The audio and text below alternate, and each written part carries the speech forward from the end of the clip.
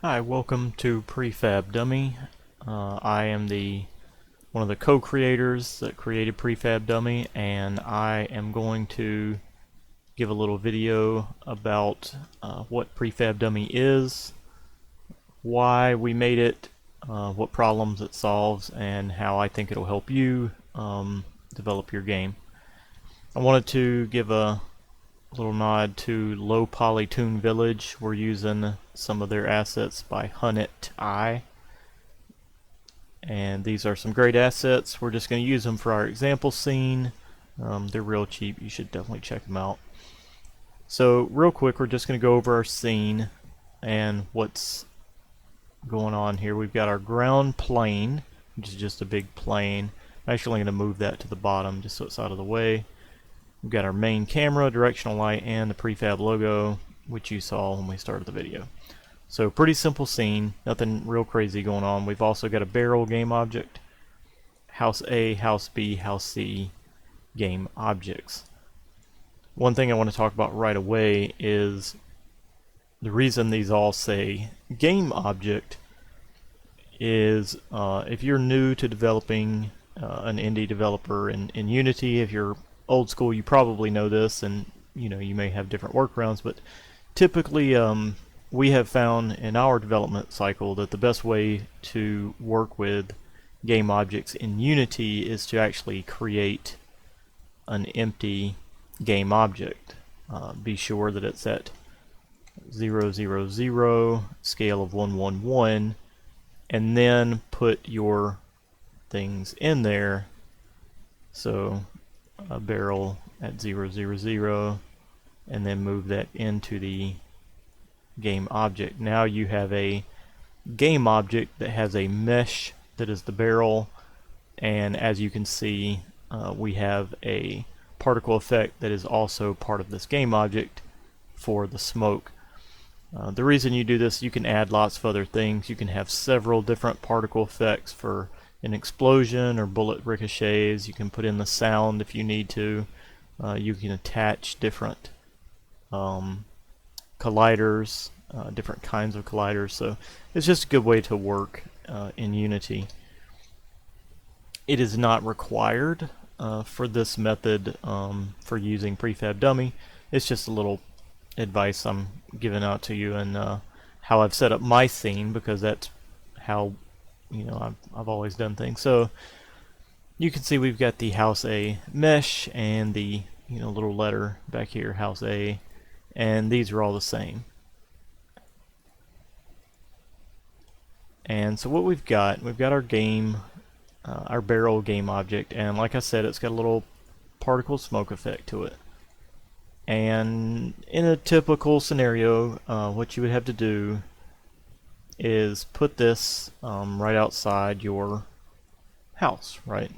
Pretty standard kind of thing.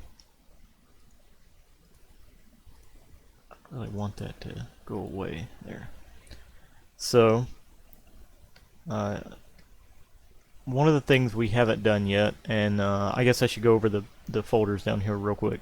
When you install Prefab Dummy, you have a Prefab Dummy folder. You'll have an editor folder that is also part of Prefab Dummy. You'll have some README help files in here about Prefab Dummy and how to use it. Fantasy Villages for our Fantasy Village, and then some example scenes, not example scenes, excuse me, example models, which is a barrel and a crate, and the texture to go with that. So, and that does come as part of the Prefab Dummy package, just because I always like, when I get something before I fully implement it into my game, I kind of like to test it out, and it's nice to just have something there that you can go ahead and test with, instead of having to bring in like spheres and boxes and stuff like that. But what we don't have is a prefabs folder. Obviously, again, if you're a developer or new to developing, prefabs are the biggest deal in Unity, and I'm just going to go ahead and make us a prefab folder because we don't have one. And you'll notice I put an underscore because I want the prefab folder to go to the very top of the list It is the most important thing, in my opinion, in the world building Unity game setup. So we're going to create a prefab folder, and I'm going to go ahead and drag our barrel game object in here to create a prefab of it, which we can see now by the blue square. In fact, I think I'll go ahead and make prefabs of all of these, and you can tell up here that they're becoming prefabs because they're turning from black to blue. So now that we've got that, I'm going to drag a new prefab out of here and put it at this house, and then I'm just going to do Control D to duplicate that and put one at this house. Now I know this one is barrel game object A, and I know this one is barrel game object B, and this one is barrel game object C. Now, so far, you know, this is all pretty standard stuff.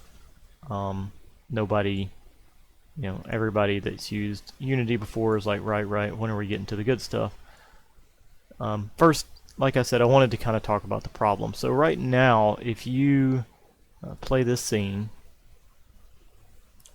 you will see that all of the barrels are black. So in our game, the barrels, when they get shot or take some damage, they're going to release this black smoke, right? And that's all well and good. And then if our game designer comes in and says, hey, you know, we need to change the smoke, it doesn't look very good, you know, the black is too harsh, why don't we change it to white? Okay, fine, easy enough. You know, you can just go into the prefab and change the color to white, and they all change to white, right? This is all pretty standard Unity stuff. However, one of the problems you run into is that we want to use these houses like this in our game. Our game particularly is procedurally based, and we use prefabs like these houses with barrels and crates and roads and street lamps and yards and trees all built into one prefab. So for example, the barrel game object A would become a prefab underneath here, under house A, barrel game object B, and barrel game object C, thusly. So we now have this barrel as a game object with the house, and this is pretty standard fare for working in Unity, and that's fine. I haven't saved these prefabs down here yet, so you can see that, whoops, you can see that this doesn't have the, shouldn't push that, the house A does not have the barrel in here yet, so I need to apply this, and when I do, you'll see, right? So again, this is kind of tutorial stuff if you're new to Unity, and if you already know Unity, bear with me. I'm really getting there, I promise. You can also drag over or simply, you know, delete these old prefabs, and you can see it turns a red color, like, oh no, what have you done? And you can just make a new one, and now it goes back to being blue. So, and you know, you can always just double check. You've got your house, the letter nameplate, and now the barrel. That's all part of this prefab. So the game designer comes along and says, hey, that white smoke doesn't look very good. You know, why'd you make it white? I didn't approve that. Blah blah blah. I was on vacation. Okay, fine. I'll just make it purple then. And it's still white. So what has happened is that this barrel prefab, his smoke is pink. But now all of our barrels are prefabs underneath these game objects. And for our intents and purposes, now we have to go and change each one. Now that is not a big deal in this scene, although I doubt I got those pinks right, but no, I didn't get them right. Pretty close though. That's not a big deal in this scene because there's only 3 houses, but like I said before, we're actual game developers, we're working on a game, and we have hundreds of these house pieces that are generated procedurally in our game, and we can't have this problem happen. You know, we need the barrels that are attached to the buildings as part of the prefabs to be changeable, because that's how game development is. You know, the designer comes in and says, hey, you know, this, I know you guys were just messing around, but I really like that hot pink color. Now you got to make them all hot pink. Well, that could take a very, very long time. Not to mention, also in our game, we have these assets in individual scenes. So you're talking about opening a scene, going into the game object, barrel game object, changing the color, saving the prefab, saving the scene, opening the next scene, etc., etc. So we came up with a way to use dummies, and now is where we're getting to the good part. So I'm going to, you see that we've got Prefab Dummy up here, and we've got this thing called Dummy Tools. Let me click on that, there you go.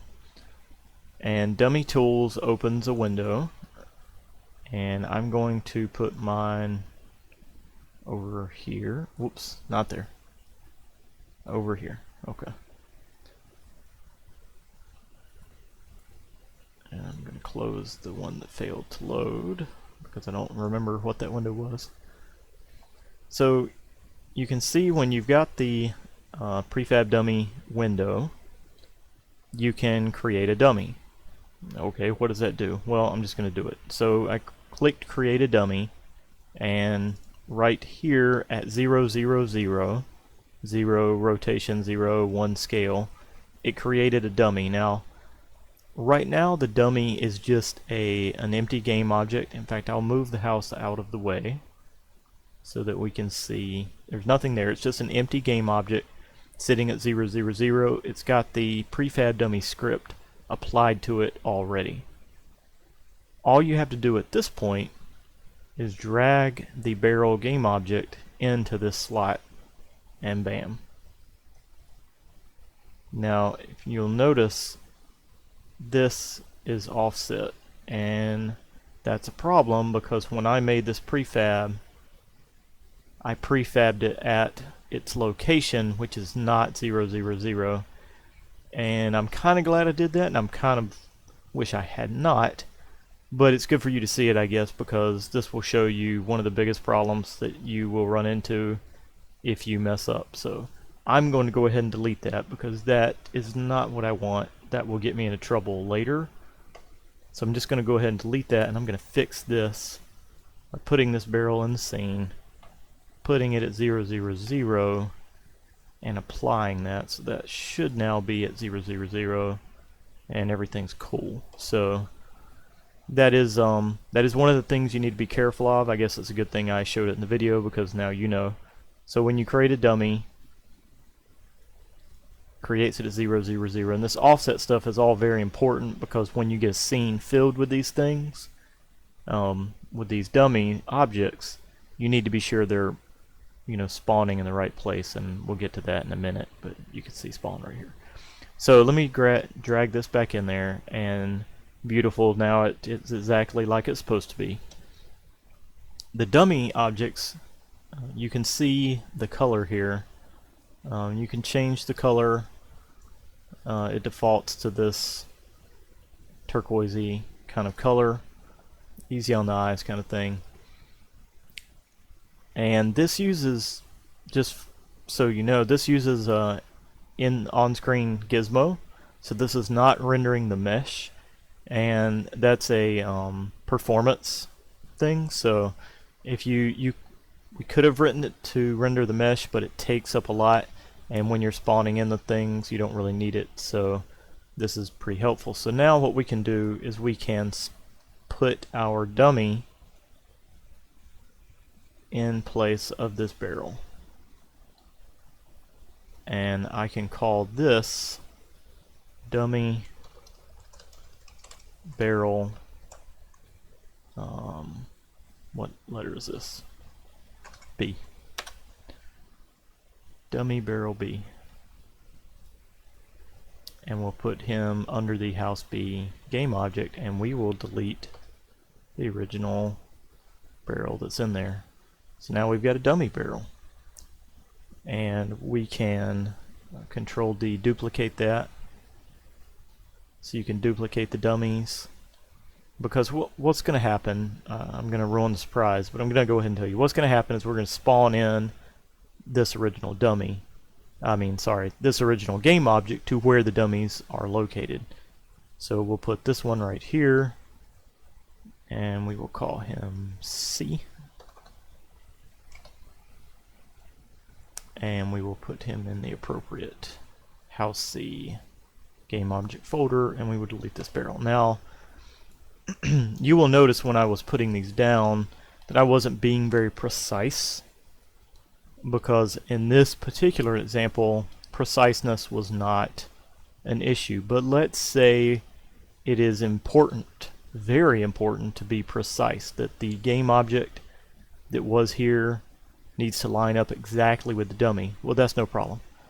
What we can do in that case is, this is house A, right? Yeah. So we can go into house A, go to our barrel game object, and create an empty game object, which puts it at the position of the barrel game object. We can now drag this out. We still have an empty game object, but it's at the location, and we'll go ahead and call it dummy barrel C. In this case, we've got an empty game object. We want to give it the Prefab Dummy script, so we just go into add component, and there's dummy right there because I've already pre-typed this, and it just attaches the simple Prefab Dummy script. So now we can drag this in there, and you'll see it matches like perfectly identical. It picks up the position, and it would pick up the rotation and the scale as well.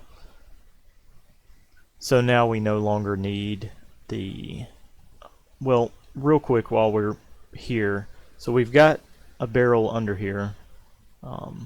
Let's say we wanted to just be sure it's still there. We can hit the transparent button, and it makes all of the dummies in the scene transparent. If you want, you can go back and make them opaque just by hitting the buttons down here. You can hide the dummies, you can show the dummies. So we want to get rid of the barrel. I'm going to make it transparent just because I want to see that barrel vanish, because I'm weird like that. So yeah, alright. So let me go and save all of the house game objects, and I need to get this main camera out of the way. Directional light, and I'm gonna move ground up here too, just to get all that stuff out of the way. Okay. So we've got, just to make sure I applied all these, we've got dummy, and dummy, and dummy. Excellent. Oh, wait a minute. I called this barrel C. Why didn't somebody stop me? You were probably screaming at your monitor going, no, you idiot. Okay. Dummy barrel A. Let me just check my letters. Boy, that could have been disastrous. I could have gone mad. Alright, dummy barrel A, dummy barrel B, dummy barrel C. Okay, so now we've got dummies. And the dummies will spawn in our original barrel. And I can just do that by hitting this button. And it spawned in our barrels. And now I'm going to destroy them. Simple as that. So the game designer comes in and says, hey, guess what, guys? We've had a stroke of brilliance. The game is now going to be post-apocalyptic, and all of that pink smoke that was coming out of the barrels that I thought was so hot now needs to be toxic waste. Okay, well, that's fine. So now we just make it toxic waste green. Spawn in the new dummies. They're all toxic waste green.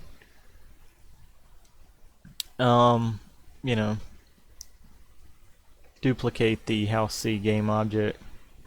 It would be over here and it would be rotated.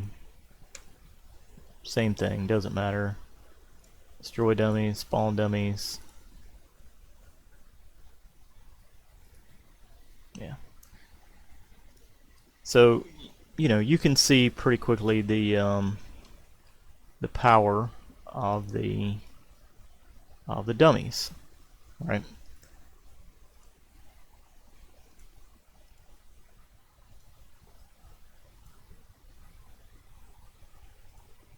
Oh, I left the barrel game object in there, didn't I?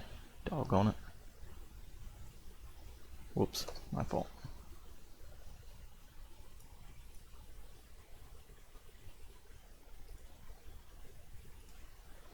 Yeah. Be careful when you're duplicating things. So that was another good example that messed up on me, but it's not a mess up, it's just how things are. So when you spawn these dummies in, when you spawn a dummy instance, you're actually spawning the actual thing. So if you click in here, it says barrel game object. So there's actually a barrel game object. So if you duplicate it now, it's going to duplicate the barrel game object. So if you just destroy that first, now you're back to just having the barrel C, the dummy barrel C. I'll do a B one this time. So duplicate this house, just the dummy, no object with it, spawn the dummy.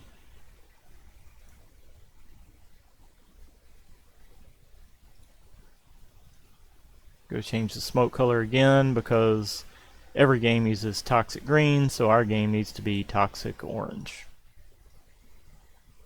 because it's unique, So there you go. And that's pretty much sums up the power of this prefab dummy. One of the things, like I said, the reason we came up with this was because we have lots of different little, we call them chunks of houses with decoratives that are destructible outside that we're constantly updating and changing. We're changing the particle values, we're changing the particle count, we're changing the particle color, we're changing the object. You say, what? Okay, so again, I was telling you beforehand that this is our original barrel game object. It's coming from right here, right? But they decided that barrels are so last week, so now they need to be crates. Okay, so I'm gonna call it crate and crate and crate. And this kind of goes back to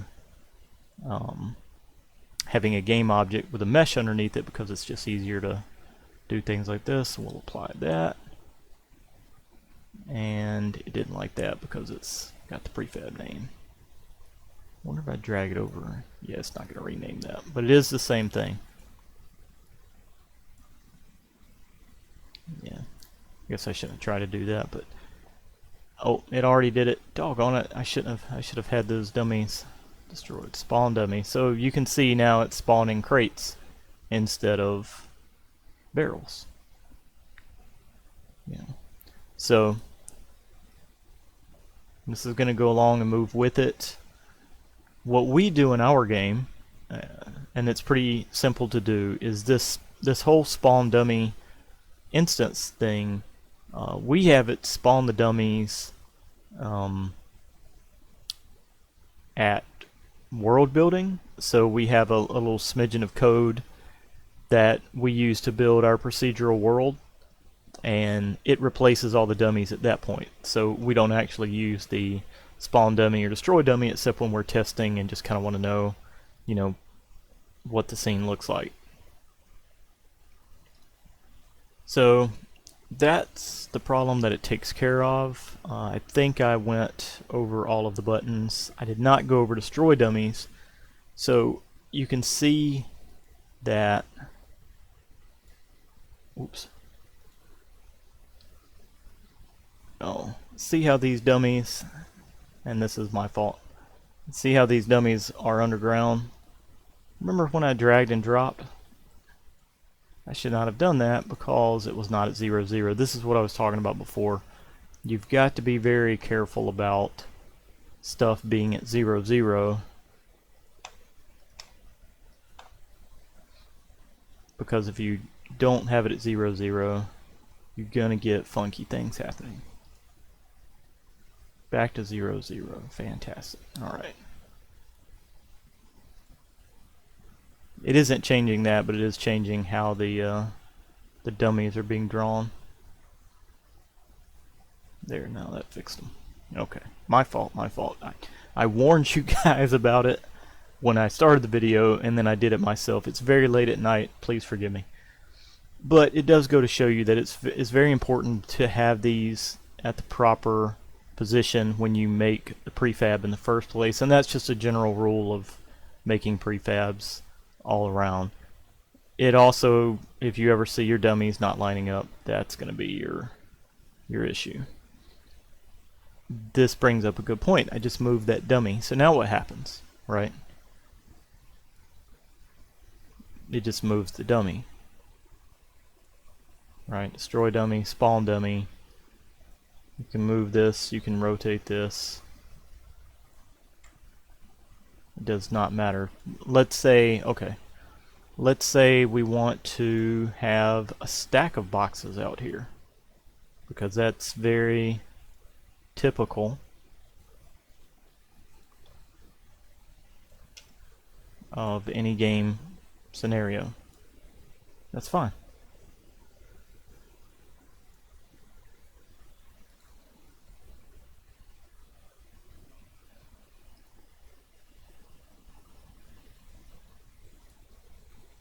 So I think you can start to understand how powerful this tool really is, and honestly that's why we ended up putting it on the asset store for sale, because we kept using it. The more I used it, I was like, you know, this thing's really good. Like this, it's really good for a lot of things. Like for example, let's just say that I deleted this original game object in the scene. There's no objects in the scene. You know, destroy them. Oh, there's no objects. What are we gonna do? We'll put our game object in the scene. We will line it up at 0, 0 this time because we remember how important that is every single time. You remember in the beginning I was talking about you'll shoot the boxes when they were barrels and, you know, it'll make them smoke. They don't have any colliders on them. When we set this up, we've got a mesh and we've got the smoke, but we don't have a collider. So let's just add a collider real quick, like box collider. It's perfect. So we will apply this to our prefab. So now our prefab has a box collider around it. We will spawn in dummies, and you'll see they all have colliders on them. If you are a mobile developer, you know that boxes are not efficient colliders. My mistake. I'm new at development. Should have used a circle collider, a sphere collider. Well, okay, fine. That's not a problem. Go back in here. Sphere collider.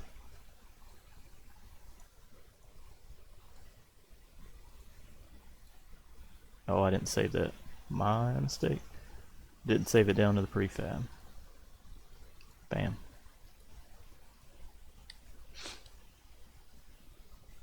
So this is just a really good tool for populating prefabs from down here. We found it to be really useful for things like enemies. You know, we have an enemy that's called enemy small, and the enemy small has he's like this, but he's got about 15 of these game objects underneath him. Particle effects, sound effects, different meshes, different explosions, all that kind of stuff that a typical character has. Several colliders, different colliders, all that kind of thing. And we find it's really difficult to go into the scene and try to find each and every enemy small and fix all of his issues, even trying to select them up here. It was just easier to make the change down here one time and then just have it propagate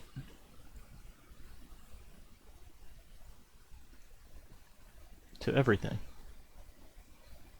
So that's the power of Prefab Dummy. If you have any questions, feel free to comment on the video.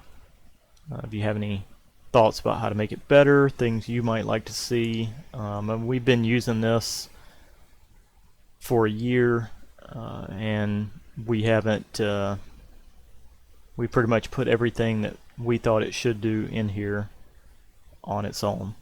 One thing I will say is you can, somebody might ask, can you, let me destroy these.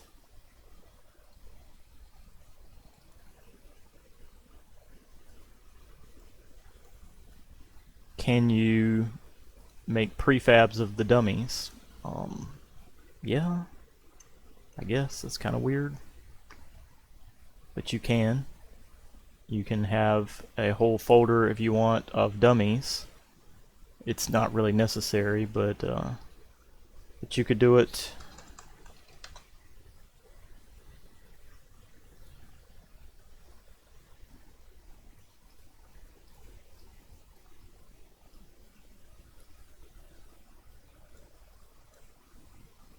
So yeah, you can do that if you would like.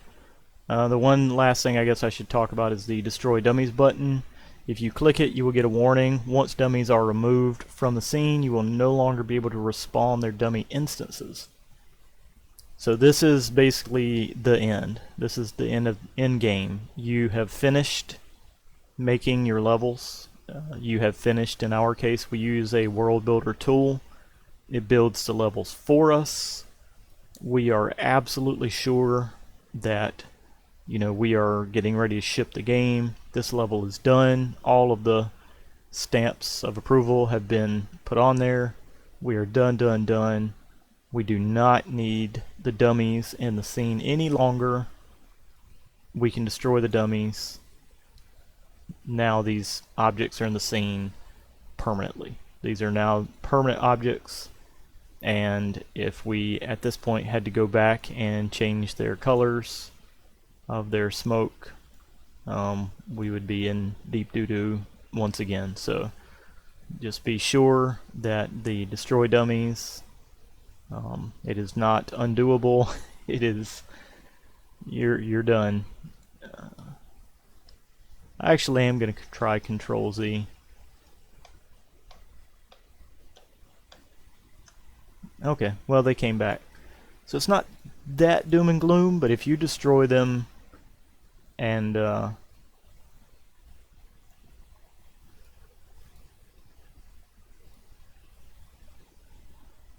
if you destroy them and then come back, actually I need to see if that did actually, yeah, so it even doing undo and bringing them back, it still left the objects there. So Destroy Dummies is pretty much, I mean, that's why there's a big red warning here, right? I mean, it is the last stage. You have to be sure that you're ready to get rid of the dummies, but obviously, you know, we had to put that in there. And again, that's the kind of thing that we do in code at the build step. So when you go to build, it removes the dummies from the level before it builds. And you know, that's sort of a higher end programming kind of thing. We're not going to talk about that in the video, just to just kind of show you, initially what it does. So yeah, it's been really valuable to us. I think it'll be really valuable to everybody that kind of works this way on a grander scale and is, just gotten tired of the hassle of Unity's weird prefabbing issues. I mean, it's designed that way. I understand it. It makes total sense.